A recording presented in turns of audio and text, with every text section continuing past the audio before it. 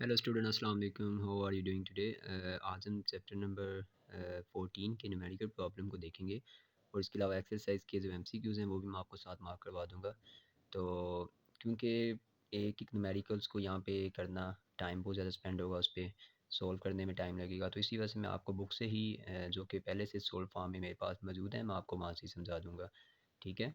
और इसके अलावा जो न्यूमेरिकल के अलावा जो एमसीक्यूज़ हैं वो आपको मैं मार्क करवा देता हूँ। तो सबसे पहले हम जो न्यूमेरिकल प्रॉब्लम्स हैं, कल मैंने आपको वैसे बता दी थी, जो आपके सिलेबस में शामिल है, स्मार्ट सिलेबस में 14.1 से लेकर 14.7 तक। तो सबसे पहले हम 14.1 जो है ये न्यूमेरिकल प्रॉब्लम देखते हैं। जी।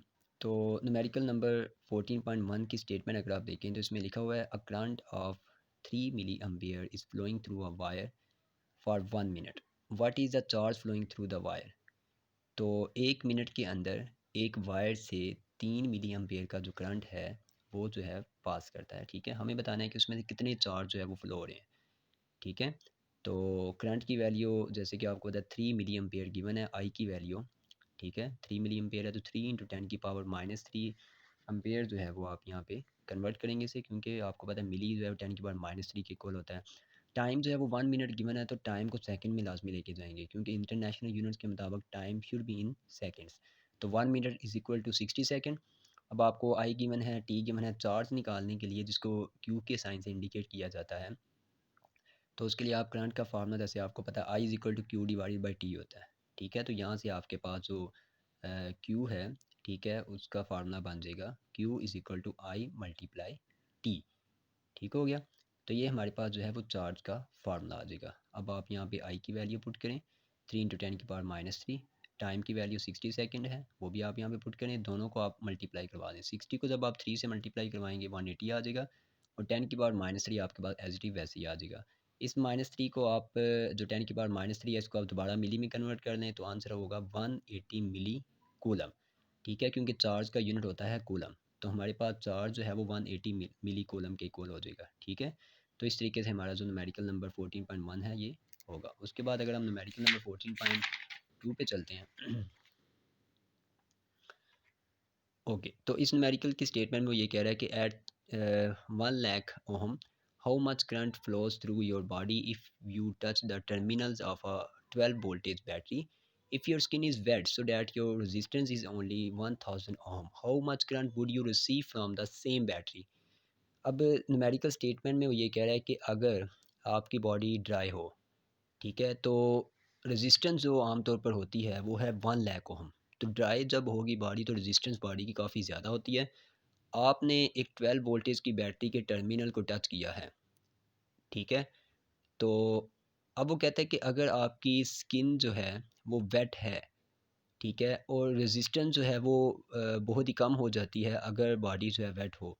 ठीक है, तो नमी की कंडीशन जब होती है, जब वेट कंडीशंस होती हैं बारिश वाले दिनों में, ख़ास तौर पर हम कहते हैं कि इलेक्ट्रिक अप्लायंस को हाथ नहीं लगाना चाहिए, ख़ास तौर पर जब आपकी बॉडी जो है वो वेट हो।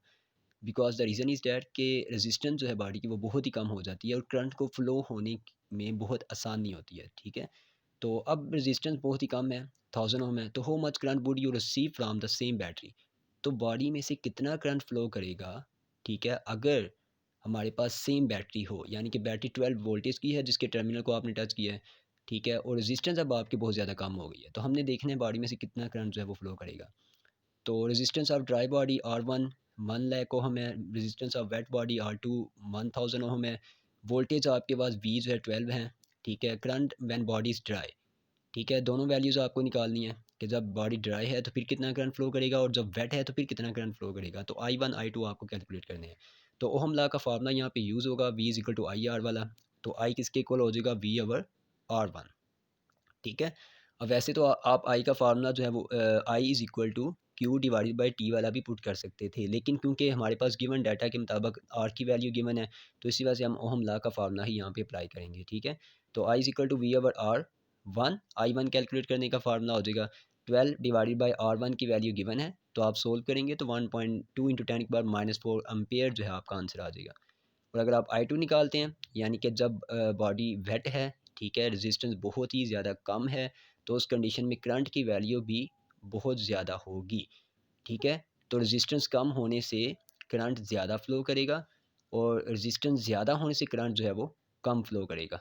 ठीक है, तो ये हमारे पास ओहम लॉ के मुताबिक न्यूमेरिकल सॉल्व हो जाएगा। 14.3 में वो क्या कह रहा है, the resistance of a conductor wire is 10 mega ohm if a potential difference of 100 volt is applied across its ends, then find the value of current passing through it in milliampere।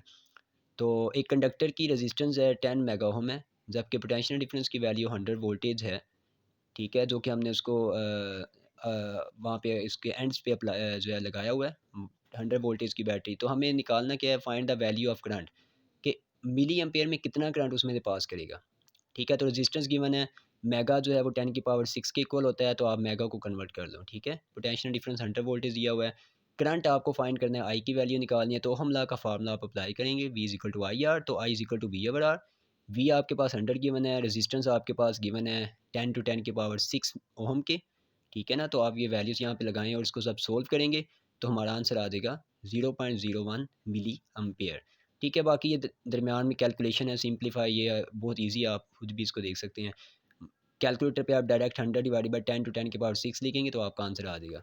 ठीक है, तो ये हमारे पास 0.01 मिली ampere जो है वो, क्योंकि video काफ़ी ज़्यादा लेंथी हो जाती है, अगर मैं आपको एक एक स्टेप जो है वो डिटेल में करवाऊँ तो फिर वो वैसे भी डिफ़िकल्ट होता है, तो बेहतर है कि आप इसको कैलकुलेट जो है वो खुद ही कर लो। ठीक है, न्यूमेरिकल नंबर 14.4 में हमारे पास पोटेंशियल डिफरेंस 10 वोल्टेज का है।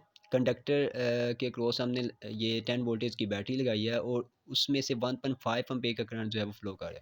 हमें बताना है how much energy would be obtained from the current in 2 minutes, कि 2 मिनट्स अगर करंट फ्लो करता रहता है उस कंडक्टर में से, तो कितनी एनर्जी वो कंडक्टर कंज्यूम करेगा, वो कितनी एनर्जी उसे मिलेगी।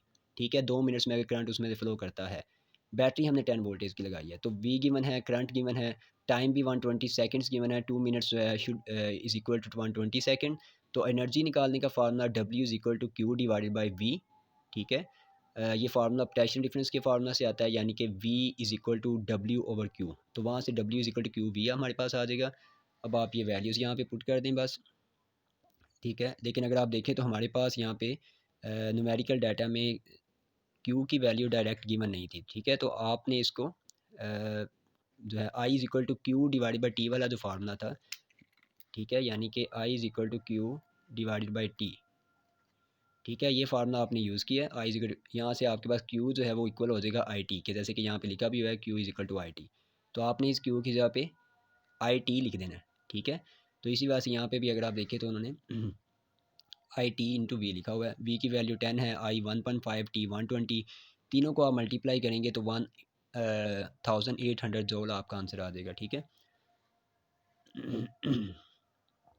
14.5 न्यूमेरिकल जो है, इसमें हमारे पास दो रेजिस्टेंस गिवन है जिनको सीरीज़ में लगाया गया है। बैटरी हमारे पास 10 वोल्टेज की है।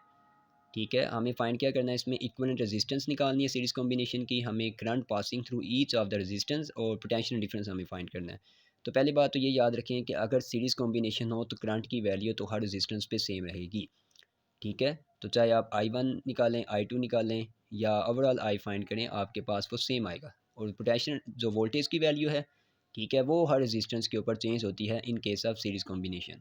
तो हमारे पास यहाँ पे R1 2 किलो ओम है, किलो जो है इसकी प्रीफिक्सेस की वैल्यू 10 की पावर -3 होती है। ठीक है, और 8 किलो ओम की रेजिस्टेंस, दोनों को आप पहले कन्वर्ट कर लें सिंपल 10 की पावर 3 यानी कि ओम के अंदर। वी गिवन है, आर इक्वलेंट फाइंड करने के लिए फार्मूला आपको फाइंड क्या करना है, आर इक्वलेंट I1 I2, ठीक है, V1 and V2।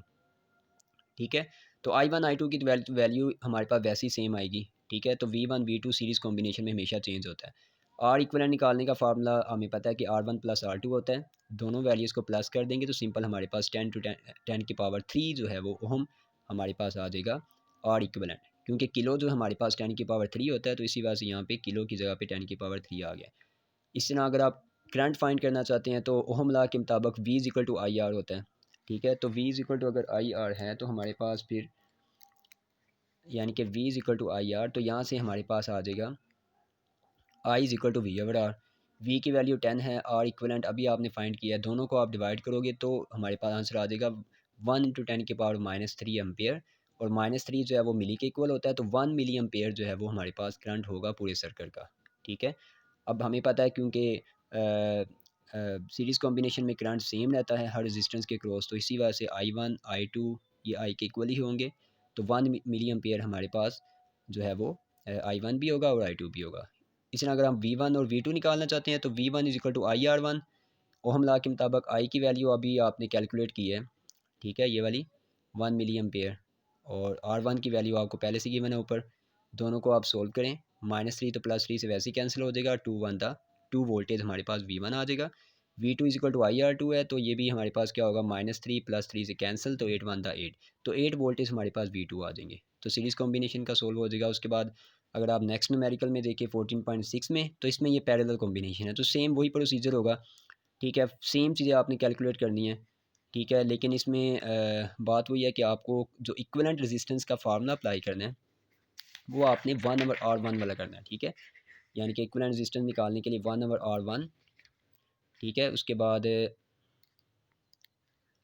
Ji 1/R e is equal to 1/R1 plus 1/R2। तो इसमें आप वैल्यूज़ लगाएं, R1 की वैल्यू 6 इंटू 10 की पावर 3, R2 की वैल्यू 12 इंटू 10 की पावर 3, ठीक है। अब आपको पता है कि अगर आप इसको सोल्व करना चाहते हैं तो ये 10 की पावर 3 जो है हमारे पास यहाँ पे कॉमन आ जाएगा, ठीक है। और 1/6 प्लस 1/12 आप यहाँ पे साइड पे एलसीएम की फॉर्म में सोल्व कर लेंगे।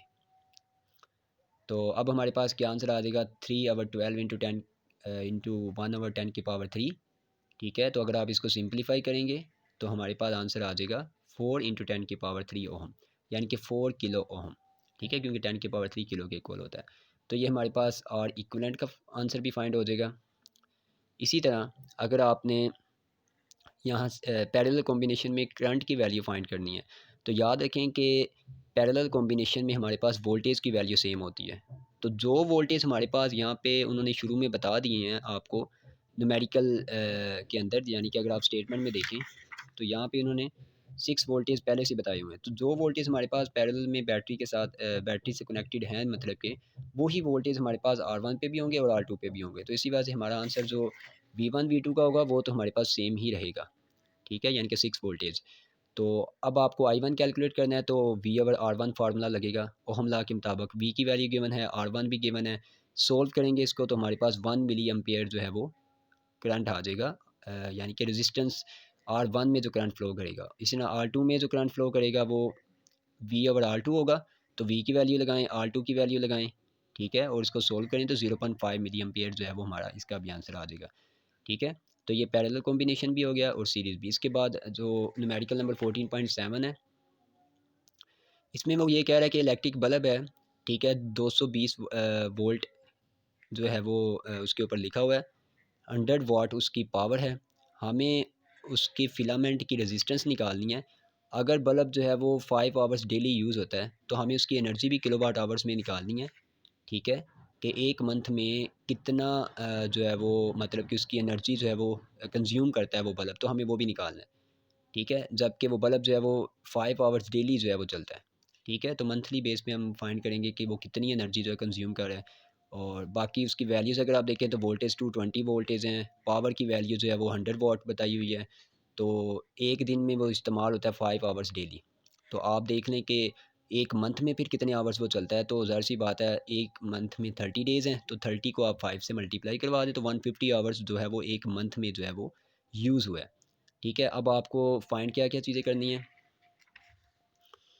जी, फाइंड में आप देखें तो आपको उसकी रेजिस्टेंस निकालनी है और energy consume in kilowatt hour in 1 month, वो आपको इसमें कैलकुलेट करनी है।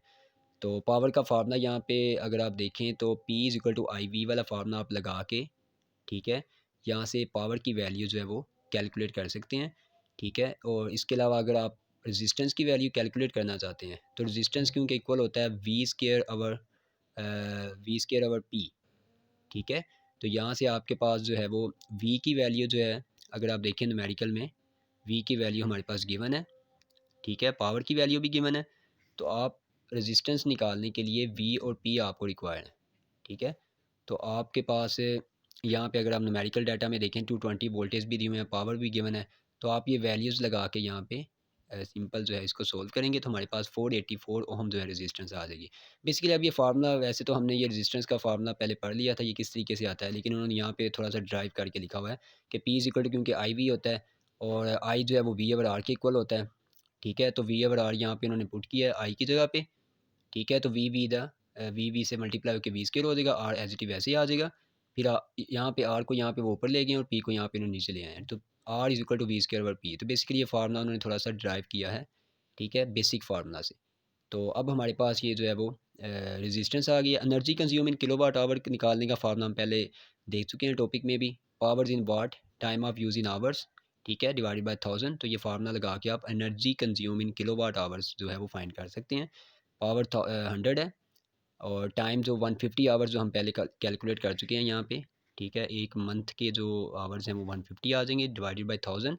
तो जब आप इसको सोल्व करेंगे तो आंसर आ जाएगा 15 किलोवाट आवर्स, ठीक है। तो इस तरीके से आप ये सभी न्यूमेरिकल जो है वो सोल्व हो जाएंगे। बाकी जो इसके एमसीक्यूज़ हैं वो मैं आपको वैसे ही बता देता हूँ बुक से।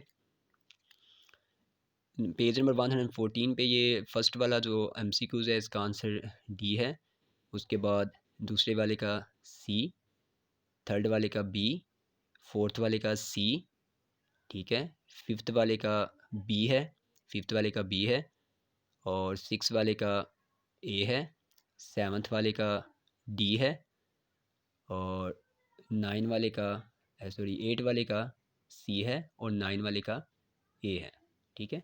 Okay, thank you, have a nice day.